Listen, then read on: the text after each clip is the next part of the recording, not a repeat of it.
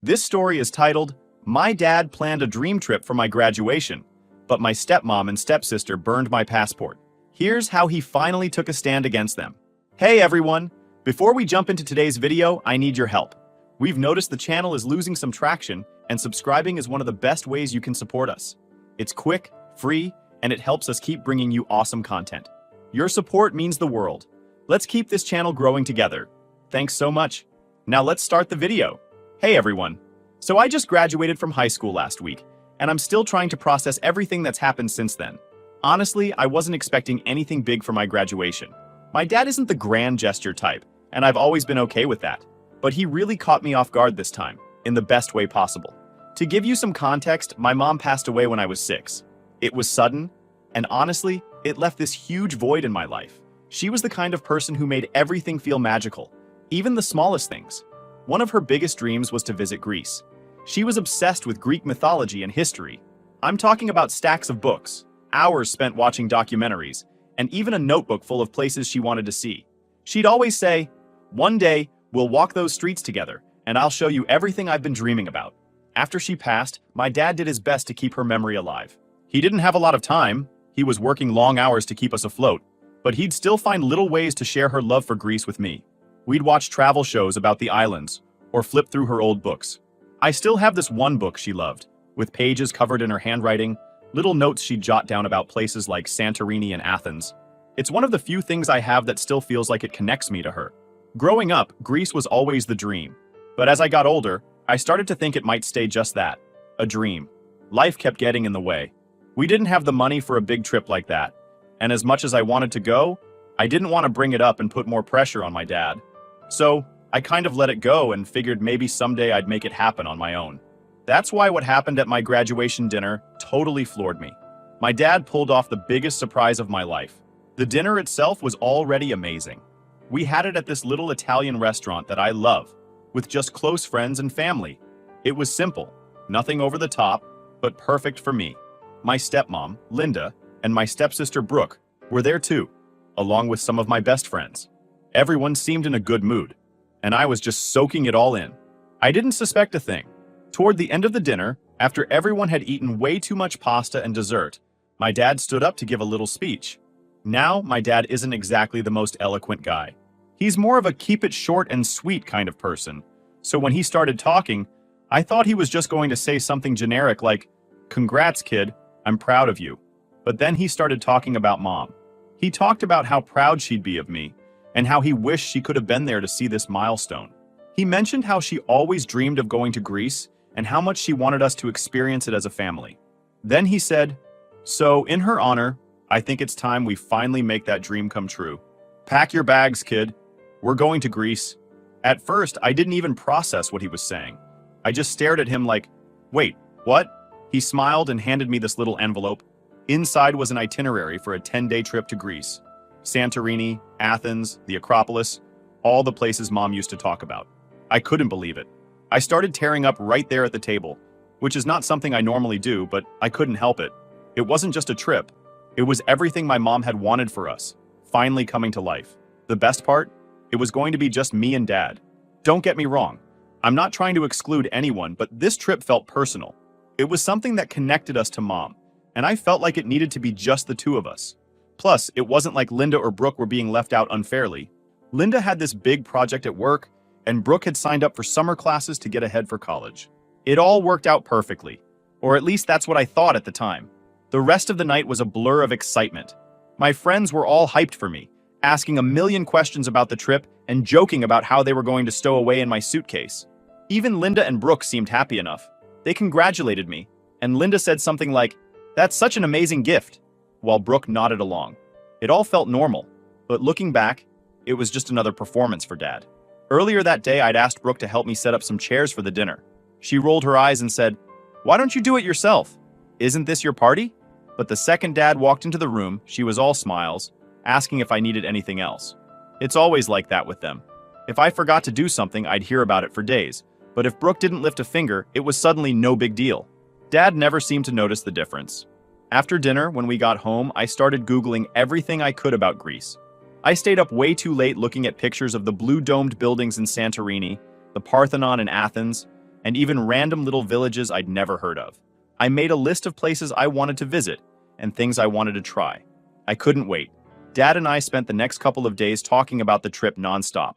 We started planning out what to pack and what we wanted to do when we got there. He told me he'd already booked everything. Flights, hotels, even a tour of the Acropolis. I could tell he was just as excited as I was, which made it even better. This wasn't just a vacation. It felt like something bigger, something we both needed. For a while, everything seemed perfect. Linda and Brooke were going about their business, and I didn't think much of it. They'd never been super involved in my life, but we kept things civil for Dad's sake. Looking back now, I realized there were small signs that something was off, but at the time, I was so focused on the trip that I didn't pay attention. I started packing early because I didn't want to forget anything. I was that level of excited. I even dug out one of Mom's old scarves to bring with me. It had a blue and white pattern that reminded me of Greece. At that point, I thought everything was set. However, a couple of days after the dinner, I noticed Linda and Brooke acting off. Not full-on hostile or anything, but definitely not their usual distant selves. They were quieter than normal, and every now and then, I'd catch them whispering to each other. I figured they were just in their own little bubble and didn't think much of it. Brooke had her summer school stuff, and Linda was always busy with work. I told myself it was nothing. But then, things started feeling strange in a way I couldn't ignore. For starters, Linda wasn't even trying to pretend anymore. She'd throw insults my way like it was nothing. One morning, when I was going through my packing list, she walked by and said, "Don't forget to pack your attitude. You'll need it in Greece." I looked up at her, shocked, but she just kept going. "Do you even know how to act in another country? Or are you going to embarrass the rest of us too?" Brooke was even worse. She straight up called me Daddy's little brat to my face when Dad wasn't around. She'd say stuff like, "Greece? You? What a waste of money. You don't even deserve it. If I were Dad, I'd spend that money on someone who actually contributes to this family." She didn't even try to sugarcoat it. "You're just a spoiled leech. Enjoy the free ride while it lasts." What made it even more unbearable was how fake they were in front of my dad. The second he walked into the room, Linda turned into this perfect Stepford wife. She'd say, "Oh, sweetie, did you figure out your outfits yet? I can help if you need." Or, "Greece is such a wonderful choice for a graduation gift, Richard. You're such a thoughtful dad." Brooke would suddenly pipe up with, "I'm so jealous, I wish I could go too. Make sure to bring me back a souvenir." It was nauseating. The breaking point came one night when I was in my room, and I overheard them trash-talking me in the kitchen. They didn't even bother lowering their voices. Brooke said, "That spoiled bitch thinks she's so special because she's going to Greece. She doesn't do anything to earn it. Just sits there acting like the world revolves around her." Linda chimed in, "I've had enough of her attitude. Acting like she's the queen of this house. Honestly, I can't stand the sight of her. She thinks she's better than us because Richard babies her." Brooke laughed and said, "If she disappeared tomorrow, I'd throw a party. She's nothing but a parasite. She doesn't deserve this trip. Or anything, really." I stood there in the hallway, stunned. They weren't just being petty. They outright hated me, and they didn't care if I heard it or not. Part of me wanted to storm in there and scream at them, but I knew it wouldn't change anything. They'd just gaslight me, or worse, play victim when Dad came home. I honestly didn't know whether I was being really selfish for not inviting them to the trip, and they had a reason to feel this way. But still, that didn't justify being that rude to me. I decided I needed to protect myself. If things kept going this way, I had a feeling it wouldn't end well. That's when I got the idea to start recording their conversations. It wasn't something I took lightly, but I felt like I had no other choice. I didn't trust them, and I needed proof in case things got worse. So I downloaded a voice recorder app on my phone and started keeping it with me whenever they were around. I didn't have a clear plan for what I'd do with the recordings, but it felt like the safest move. It didn't take long for them to slip up. One night, Dad had to work late, so it was just the three of us at home. I stayed in my room most of the evening, but around 9 p.m., I came downstairs to grab a snack. Linda and Brooke were in the kitchen, and the second they saw me, they stopped talking. It was so obvious. I pretended not to notice, grabbed some chips, and went back upstairs. As soon as I was out of sight, they started talking again. I turned on the recorder and quietly made my way back down the stairs, stopping just before the kitchen. I couldn't see them, but I could hear every word. Linda was saying, "She's such a pity, thinking she's so special because she's going to Greece. I don't see what's so great about it." Brooke laughed and said, "Yeah, and she doesn't even realize how easy it would be to ruin it for her. She'd never see it coming." I felt my stomach drop. Ruin it? What were they even talking about? I wanted to storm into the kitchen and demand answers, but I forced myself to stay calm. I had what I needed on the recording. Better to let them keep talking and show their true colors. I couldn't listen anymore. I sat in my room later that night, listening to the recording over and over. Their voices, their words, they felt like knives, cutting away at every piece of me that had been holding on to hope that things could change. I realized something in that moment. No matter what I did, no matter how hard I tried to get along with them, they were never going to see me as family. I could clean, I could smile, I could bite my tongue every time they said something cruel. It didn't matter. It was never going to be enough for them. That realization hit me hard, but it also gave me a strange kind of clarity. Why was I trying so hard to make peace with people who clearly didn't care about me? Why was I shrinking myself, apologizing, and bending over backward just to avoid their wrath? Sitting there in the dark with their hateful words echoing in my ears, I made a decision. I wasn't going to let them push me around anymore. I wasn't going to keep quiet for the sake of keeping the peace. They'd taken enough from me. The next morning, I showed the recording to Dad. He listened to the whole thing without saying much, just shaking his head a little. When it was over, he sighed and said, "I'll talk to them." And I asked him what he was going to say, and he just said, "Don't worry about it. I'll handle it." But here's the thing, nothing changed. If anything, Linda and Brooke got worse. They stopped talking to me altogether unless Dad was around. And even then, it was forced. I felt like I was living with strangers. Dad, on the other hand, acted like everything was fine. He said they were just having a hard time, and that they'd come around eventually. I didn't buy it. The recording had made it clear they weren't just being difficult, they were actively trying to mess things up for me. I didn't know how far they'd go, but I had a sinking feeling I was about to find out. 2 days before we were set to leave, I decided to start gathering all my documents. Passport, tickets, itinerary, everything. I'd kept my passport in a small zippered pocket in my carry-on bag for safekeeping. I knew exactly where I'd put it, so I wasn't worried. I opened the pocket to double-check, and my heart stopped. It wasn't there. At first, I thought maybe I'd put it somewhere else without realizing it. I mentally retraced my steps, trying to remember if I'd taken it out for some reason.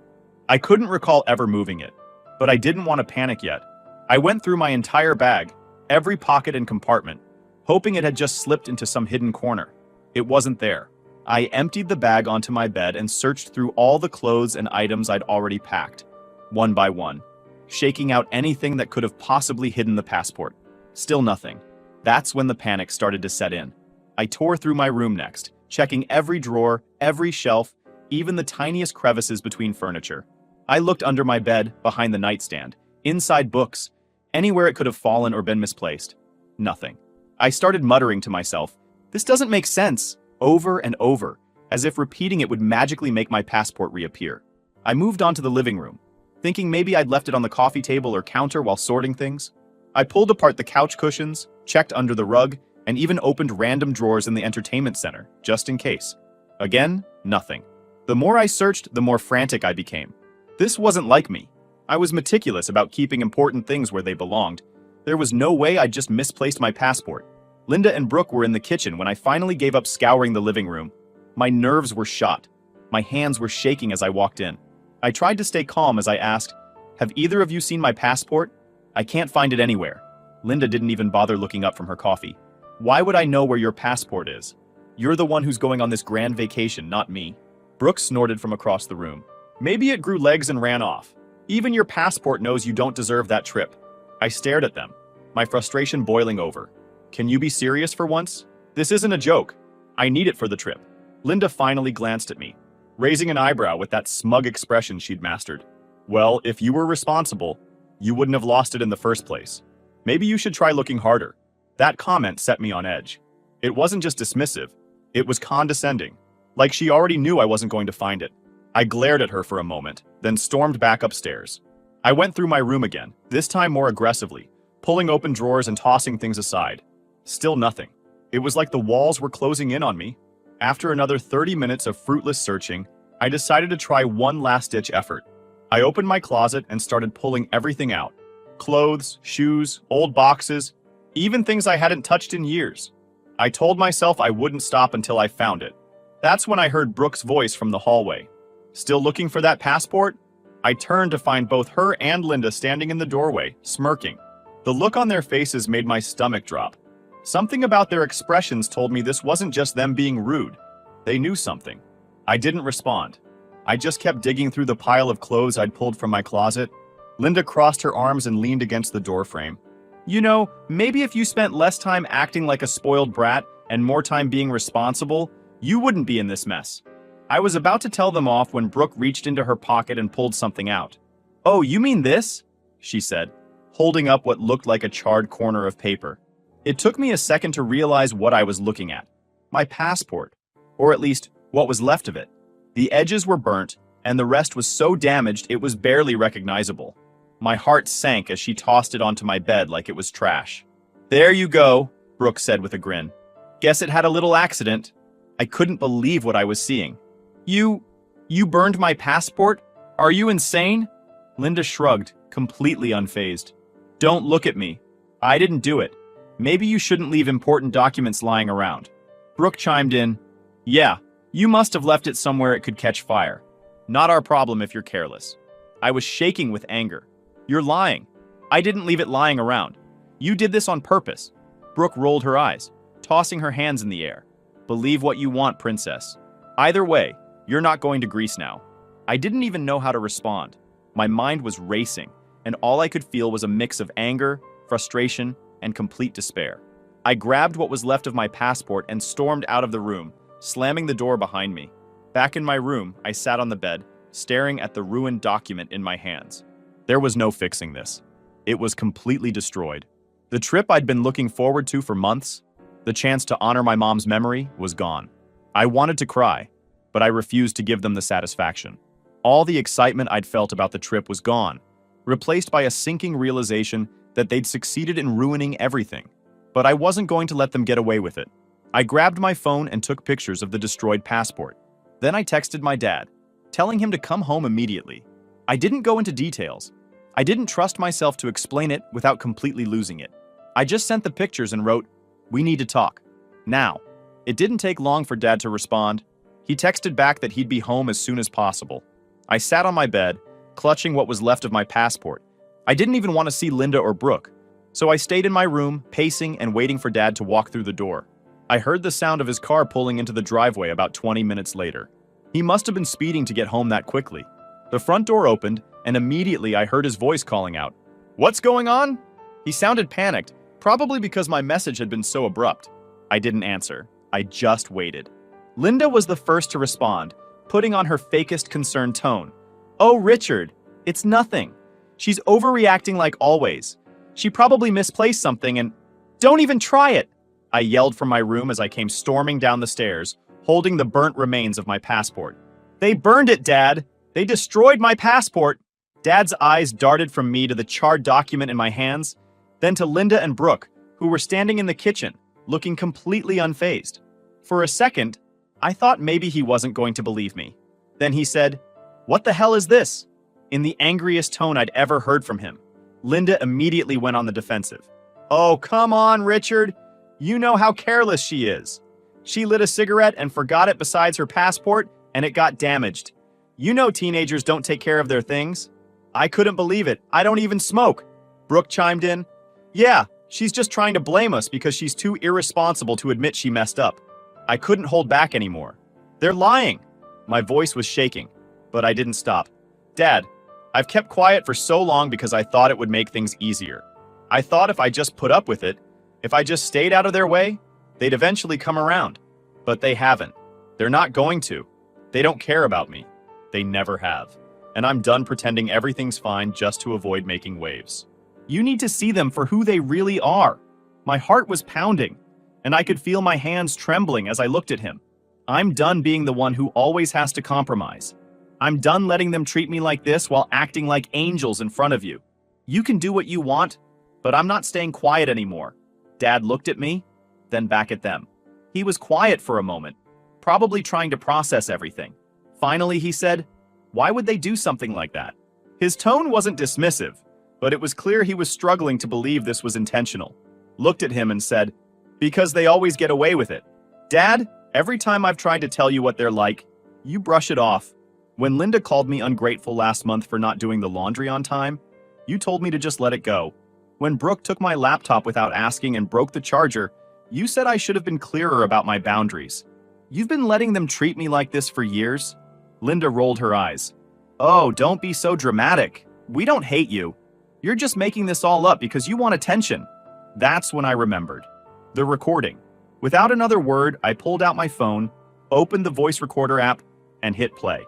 The kitchen filled with the sound of their voices, calling me a parasite, saying I didn't deserve the trip, and laughing about how easy it would be to ruin it. Dad's face turned pale as he listened. When the recording ended, there was a heavy silence. I cannot believe this, he finally said, his voice low and furious. You actually did this. Linda tried to backtrack. Richard, it's not what it sounds like. We were just venting. Everyone gets frustrated sometimes. It doesn't mean we actually did anything. Stop, Dad barked, cutting her off. Just stop. I've had enough of your excuses. He turned to Brooke, who looked like she was about to cry. And you. Did you really do this? Did you burn her passport? Brooke stammered. It was a joke. I didn't think it was that big of a deal. It's not like she can't just get a new one. A new one? Dad exploded. Do you have any idea how long it takes to get a replacement? She's supposed to leave in 2 days. Do you realize what you've done? Brooke started sobbing, but I wasn't buying it. She was only upset because she'd been caught.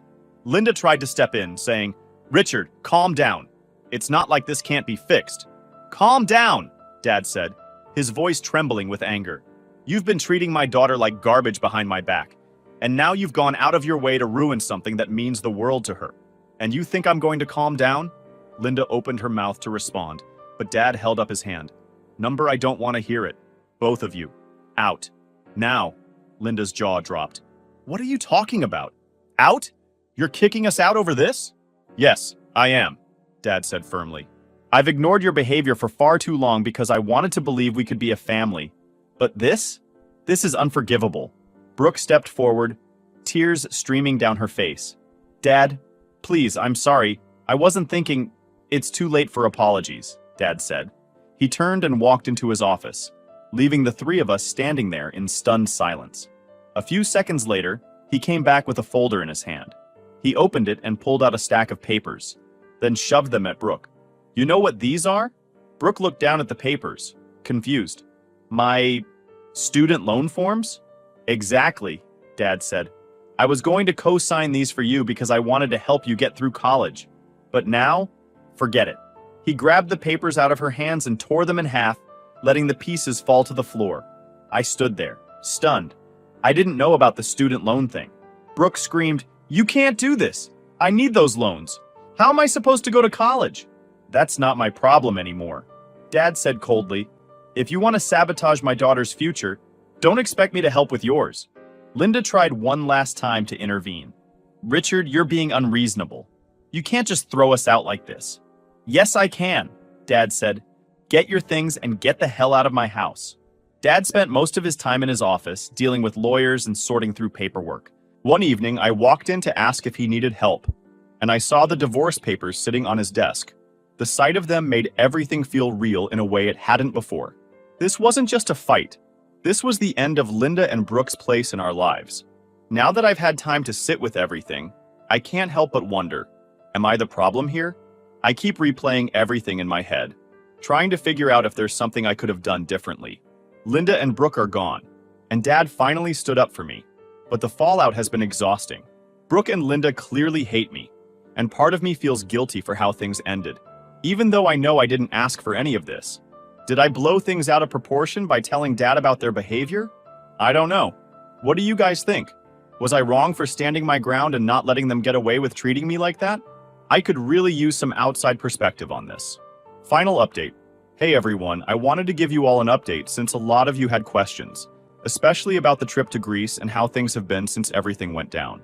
I've also seen some people asking really thoughtful, logical questions about the story, so I'll do my best to address those too. Thanks for sticking with me, it's been a lot, but your comments and support have genuinely helped. About the Greece trip, for those of you asking. No, we didn't end up going to Greece. With everything that happened, the destroyed passport, the fallout with Linda and Brooke, and Dad dealing with the divorce, it just didn't feel like the right time. Honestly, as much as I'd been looking forward to it, I was okay with postponing. Greece was supposed to be this amazing experience to honor my mom, And after everything Linda and Brooke did, it felt like it had been tainted. Dad agreed that we'd wait until things settled down before rebooking the trip. That being said, Dad has been working on making it up to me. He's already helped me apply for an expedited passport, and he's promised that we'll plan the trip again once all the divorce stuff is behind us. He even said we'd make it longer than the original plan, adding a couple of extra days to really explore. I can tell he feels bad that the trip got derailed, but honestly, I'm just grateful he stood up for me when it mattered. Also, a lot of you have asked why Dad didn't notice Linda and Brooke's behavior sooner. Trust me, I asked myself the same thing for years. The truth is, Linda and Brooke were really good at playing nice when he was around. They had this whole sweet stepmom and stepsister act that they turned on like a switch. They never made their snide comments or insults when Dad was in the room, so he didn't see that side of them until I started recording their conversations. And I didn't push harder to get Dad to intervene earlier. To be honest, I didn't want to cause more drama. Every time I hinted at their behavior, Dad would brush it off, saying things like, "They're just trying to adjust," or "Give it time." I think he wanted so badly for us to be a blended family that he ignored the red flags. It wasn't until the passport incident and the recording that he finally couldn't deny how toxic they were. So here's what's happened since my last post. A week after Linda showed up at the house unannounced, she escalated things. She started texting Dad, saying she'd fight for the house and the divorce. She hasn't paid a dime toward the mortgage or utilities since moving in. Everything was in Dad's name, but that didn't stop her from claiming she deserved half. Her texts ranged from manipulative, "Do you really want to break up this family?" to downright aggressive, "You'll regret this, Richard. I'll take everything from you." Dad finally had enough and involved his lawyer. They're now sorting through all the financial stuff, and it's clear Linda doesn't have a leg to stand on. She's panicking though, and it's painfully obvious. The last time she called, she screamed about how she was going to expose him for being a bad husband. Dad just hung up on her. He's been good about setting boundaries, but I can see the stress wearing on him. Brooke hasn't been much better. After I blocked her, she started messaging mutual friends and even distant relatives, trying to spin the narrative in her favor. She told people I destroyed her future because Dad refused to co-sign her student loans. One of my cousins actually texted me, asking if it was true that I forced Dad to kick them out. I had to explain the whole story to shut down the rumor mill. Brooke's tactics haven't worked as well as she hoped, though, because most of the family knows how Linda and Brooke treated me. One bright spot in all of this? Dad and I have started to rebuild our relationship. For a long time, I felt like he didn't really see me. Like he was so focused on making things work with Linda that he didn't notice how much I was struggling. But since the fallout, we've had some really good conversations. He's apologized more times than I can count, not just for the passport incident, but for everything he ignored over the years. He even said he regrets marrying Linda in the first place, though I told him it's not about regret, it's about moving forward. I've had a lot of time to think about everything, and honestly, I still feel a mix of emotions. But one thing I've realized is how normalized their behavior had become. I used to think it was normal for me to pick up after everyone, or for Linda to criticize me for every little thing while Brooke could do no wrong. I thought it was my fault, like I wasn't good enough to meet their standards. But now that they're gone, I see it for what it was: control and favoritism. And I'm done letting anyone make me feel like I'm less than. That said, I know I'm not responsible for their actions.